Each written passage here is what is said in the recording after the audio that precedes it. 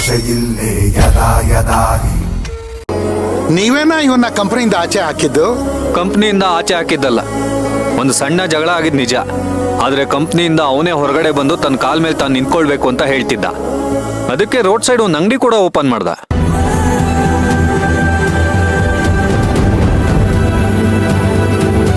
ಅದಾದ್ಮೇಲೆ ಕೇಟ್ರಿಂಗ್ ಅಂತ ಸ್ಟಾರ್ಟ್ ಮಾಡ್ದ. ಅವ್ನು ಕೆಫೆ ಓಪನ್ ಮಾಡೋದಕ್ಕೆ ರೆಡಿ ಇದ್ದ. ಅವ್ನು ಬೇಕು ಅಂದಿದ್ರೆ ನಮ್ಮ ಅಪ್ಪ ಅವ್ರ ಪ್ರಾಪರ್ಟಿ ಮಾರಿ ಅವ್ನಿಗೆ ಯಾವ ಬಿಸ್ನೆಸ್ ಬೇಕೋ ಆ ಬಿಸ್ನೆಸ್ ಹಾಕೊಡ್ತಾ ಇದ್ರು. ಆದ್ರೆ ದುಡ್ಡುಗೋಸ್ಕರ ಕೊಲೆ ಮಾಡೋ ಉದ್ದೇಶ ಅಂತೂ ಅವನದಾಗಿರ್ಲಿಲ್ಲ. ಕೊಲೆ ಮಾಡಿದ್ದಾನೆ ಇಲ್ಲ ಅನ್ನೋದು ಕೋರ್ಟ್ ತೀರ್ಮಾನ ಮಾಡುತ್ತೆ. ಒಟ್ಟಲ್ಲಿ ನೀವು ನಿಮ್ಮ ತಮ್ಮನಿಗೋಸ್ಕರ ಕಾನೂನನ್ನ ಕೈಗೆ ತಗೊಂಡ್ರಿ. ಹಾಗಾದ್ರೆ ಮೋಸ ನಡೀತಿದ್ರು ನೋಡ್ಕೊಂಡು ಸುಮ್ಮನೆ ಇರ್ಬೇಕಾ? ದುಡ್ಡು ಕೊಟ್ಟಿದ್ರಿಂದ ಆ ಡಾಕ್ಟರ್ ಆ ಕೆಲಸ ಮಾಡಿದಾನೆ ಅಂತ ಗೊತ್ತಾಯ್ತು. ಅದಕ್ಕೆ ಅವ್ರ ಹತ್ರ ಹೋದೆ. ಸತ್ಯ ಬಾಯಿ ಬಿಡಿಸ್ತೆ, ಒರಿಜಿನಲ್ ರಿಪೋರ್ಟ್ಸ್ ತಂದೆ. ಇದ್ರಲ್ಲಿ ತಪ್ಪೇನಿದೆ? ನೋಡಿದ್ರ ಯುವರ್ ಆನರ್, ಕಾನೂನನ್ನ ಕೈಗೆ ತಗೊಂಡಿದ್ದಲ್ದೆ ಅದೇ ಸರಿ ಅಂತ ವಾದಿಸ್ತಾ ಇದ್ದಾರೆ. ಯಾವುದೇ ವ್ಯಕ್ತಿನ ಒಡೆದು ಬಡ್ದು ರಿಪೋರ್ಟ್ ತಗೊಳ್ಳೋದು ಮಹಾಪರಾಧ. ಅಂತದ್ರಲ್ಲಿ ಅವ್ರೇನ್ ಮಾಡ್ತಾರೆ? ಅವ್ರದ್ದೇನ್ ತಪ್ಪಿದೆ?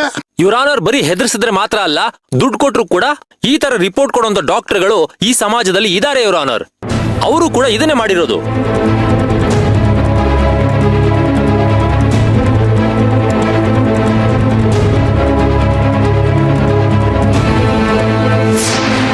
ಸುಳ್ಳು ಸುಳ್ಳು ಸುಳ್ಳು. ಸರ್, ನಾನು ಹೇಳ್ತಾ ಇರೋದೆಲ್ಲ ಸತ್ಯ.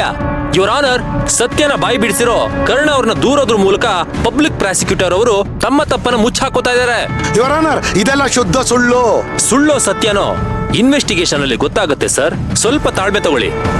ಯುವರ್ ಆನರ್, ಡಾಕ್ಟರ್ ನಿರಂಜನ್ ಅವರನ್ನ ನಾನು ಕ್ರಾಸ್ ಎಕ್ಸಾಮಿನ್ ಮಾಡಬೇಕು. With your permission. Permission granted. Thank you your honour. Doctor Niranjan, doctor Niranjan, doctor Niranjan.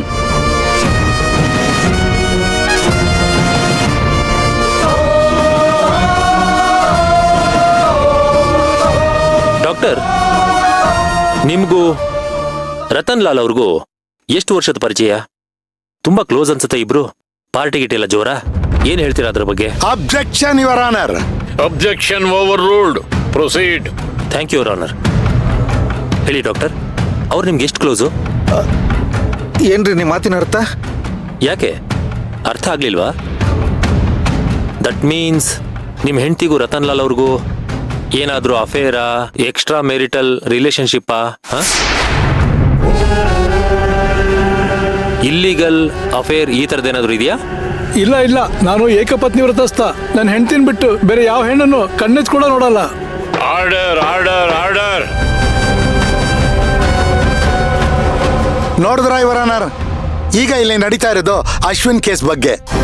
ಆದ್ರೆ ಇವರು ನನ್ನ ಕ್ಲೈಂಟ್ನ ಕ್ಯಾರೆಕ್ಟರ್ನ ಹಾಳು ಮಾಡ್ತಾ ಇದ್ದಾರೆ, ಅವ್ರನ್ನ ತೇಜೋವಧೆ ಮಾಡ್ತಾ ಇದ್ದಾರೆ. Objection your honour. ಕಾರಣ ಇಲ್ಲದೆ ನಾನು ಡಾಕ್ಟರ್ ಅವರ ಹೆಂಡತಿ ಬಗ್ಗೆ ಮಾತಾಡ್ತಿಲ್ಲ. ಯಾಕೆ ಪ್ರಶ್ನೆ ಕೇಳಿದೆ ಅಂದ್ರೆ, ಡಾಕ್ಟರ್ ಹೇಳ್ತಾರೆ ನನಗೂ ರತನ್ ಲಾಲ್ಗೂ ಪರಿಚಯ ಇಲ್ಲ ಅಂತ. ಆದ್ರೆ ಡಾಕ್ಟರ್ ಹೆಂಡತಿ ಅಕೌಂಟ್ಗೆ ರತನ್ ಲಾಲ್ ಅವರ ಅಕೌಂಟ್ ಇಂದ ತುಂಬಾ ದೊಡ್ಡ ಮೊತ್ತ ಟ್ರಾನ್ಸ್ಫರ್ ಆಗಿದೆ ಯುವರ್ ಆನರ್.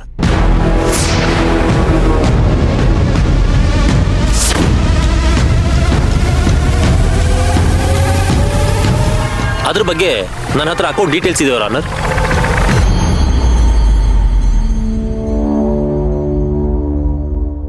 ಯುವರ್ ಆನರ್, ಪರಿಚಯ ಇಲ್ಲದೆ ಇರೋರಿಗೆ ಇಷ್ಟು ದೊಡ್ಡ ಮೊತ್ತ ಏನಕ್ಕೆ ಹೋಗುತ್ತೆ ಹೇಳಿ ಡಾಕ್ಟ್ರೆ? ರತನ್ ಲಾಲ್ ಅವರೇ, ಏನಾದರೂ ಹೇಳೋದಿದೆಯಾ? ಅದು ಸಾಲ ಕೊಟ್ಟಿದೆ. ನೋಡಿ ಯುವರ್ ಆನರ್, ಇದರಲ್ಲೇ ಗೊತ್ತಾಗ್ತಾ ಇದೆ ಇವ್ರು ಎಷ್ಟು ಸುಳ್ಳು ಹೇಳ್ತಾ ಇದ್ದಾರೆ ಅಂತ. ಮೊದಲಿಗೆ ಪರಿಚಯನೇ ಇಲ್ಲ ಅಂತ ಹೇಳಿದ್ರು, ಪರಿಚಯ ಇಲ್ಲ ಅಂದಮೇಲೆ ಡಾಕ್ಟರ್ ಹೆಂಡತಿ ರತನ್ ಲಾಲ್ ಅವ್ರಿಗೆ ಹೇಗೆ ಪರಿಚಯ?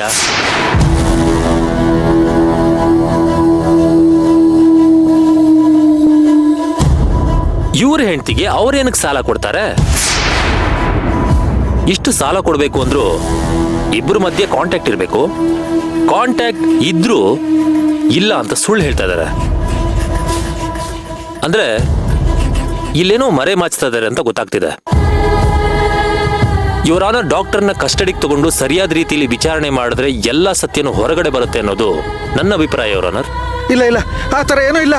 ಹಾಗಾದ್ರೆ ನಿಮ್ ಹೆಂಡತಿಗೂ ರತನ್ ಲಾಲ್ ಅವ್ರಿಗೂ ಇದ್ದ ಸಂಬಂಧ ಗೊತ್ತಿದೆ ಸಪೋರ್ಟ್ ಮಾಡಿದ್ರಾ? ಯಾಕೆ, ದುಡ್ಡುಗೋಸ್ಕರನಾ? ಇಲ್ಲ ಇಲ್ಲ, ಆ ಥರ ಏನೂ ಇಲ್ಲ.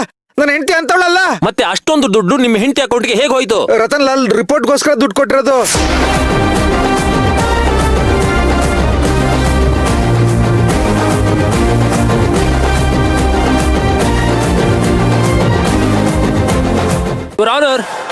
ರತನ್ ಲಾಲ್ ಅವರು ದುಡ್ಡು ಕೊಟ್ಟು ಡಾಕ್ಟರ್ನು ಕೊಂಡ್ಕೊಂಡಿದ್ದಾರೆ. ಈಗೆಲ್ಲ ಪ್ರೂವ್ ಆಯ್ತು ಯುವರ್ ಆನರ್. ಹಾಗಾದ್ರೆ ಇವರು ಕೊಟ್ಟ ರಿಪೋರ್ಟು ಅಂದ್ರೆ ಇವರು ಸಬ್ಮಿಟ್ ಮಾಡಿದಂತ ರಿಪೋರ್ಟು ಇಟ್ಸ್ ಅ ಫೇಕ್.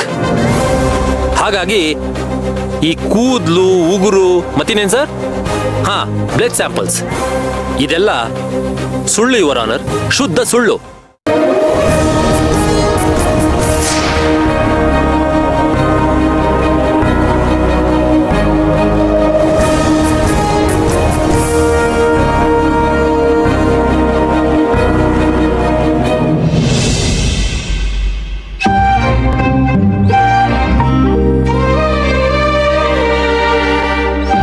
ಏನ್ ಪೂಜಾ, ಈಗ್ಲಾದ್ರೂ ಸಮಾಧಾನ ಆಯ್ತಾ?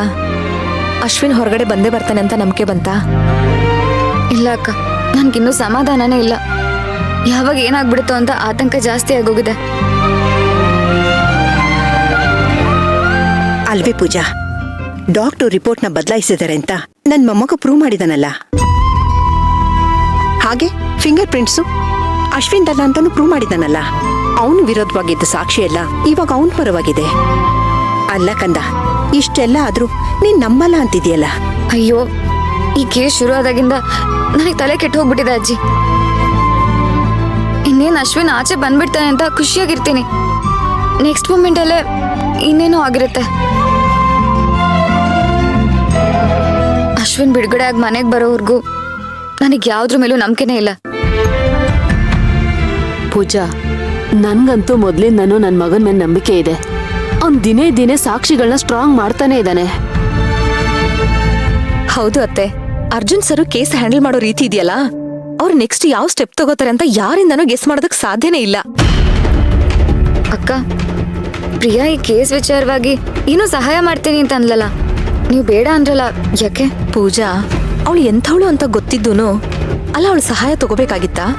ಅಲ್ಲ, ಆದ್ರೂ ಒಂದ್ಸಲ ಏನ್ ಹೇಳ್ತಾಳು ಅಂತ ಕೇಳ್ಬೇಕಾಗಿತ್ತು ಅನ್ಸುತ್ತೆ. ಪೂಜಾ, ನಿನಗಿವೆಲ್ಲ ಗೊತ್ತಾಗಲ್ಲ, ಸುಮ್ನೆ ಇರು. ಕೆಲವೊಂದು ವಿಚಾರದಲ್ಲಿ ಯಾರನ್ನ ಎಲ್ಲಿಡ್ಬೇಕೋ ಅಲ್ಲೇ ಇಡ್ಬೇಕು. ನಾನು ಕೂಡ ಲಾಯರ್. ನಮ್ಗೆ ಮೊದಲು ಅಶ್ವಿನ್ ಆಚೆ ಬರೋದು ಮುಖ್ಯ ಅಲ್ವಾ? ಅವಳು ಏನ್ ಹೇಳ್ತಿದ್ಲೋ ಒಂದ್ಸಲ ಕೇಳ್ಬೇಕಿತ್ತು ಅನ್ಸುತ್ತೆ. ಅಕಸ್ಮಾತ್ ಅವಳು ಕೊಡೋ ಎವಿಡೆನ್ಸ್ ಇಂದ ಕೇಸಿಗೆ ಹೆಲ್ಪ್ ಆಗಿ ಅಶ್ವಿನ್ ಆಚೆ ಬಂದ್ರೆ? ಇರಬಹುದು ಪೂಜಾ. ನಿಮ್ ಭಾವನ ಬಗ್ಗೆ ನಿನ್ಗೆ ಗೊತ್ತಿಲ್ವಾ? ಅವ್ರು ಹ್ಯಾಂಡಲ್ ಮಾಡೋ ಕೇಸಲ್ಲಿ ಬೇರೆಯವರು ಇನ್ವಾಲ್ವ್ ಆಗೋದು ಅವ್ರಿಗಿಷ್ಟ ಆಗಲ್ಲ. ಅವರು ತುಂಬಾ ಅಫೆಂಡ್ ಆಗ್ತಾರೆ. ಯಾವ ಟೈಮಲ್ಲಿ ಯಾರು ಸಾಕ್ಷಿ ನಾಶ ಮಾಡ್ತಾರೋ, ಯಾವಾಗ ಯಾರು ನಮ್ ಜೊತೆ ಇದ್ದು ಬೆನ್ನಿಗೆ ಚೂರಿ ಹಾಕ್ತಾರೋ ಹೇಳಕ್ಕಾಗಲ್ಲ. ಅದಕ್ಕೆ ನಾನು ಬೇಡ ಅಂದೆ. ಸೇವಂತಿ, ಏನ್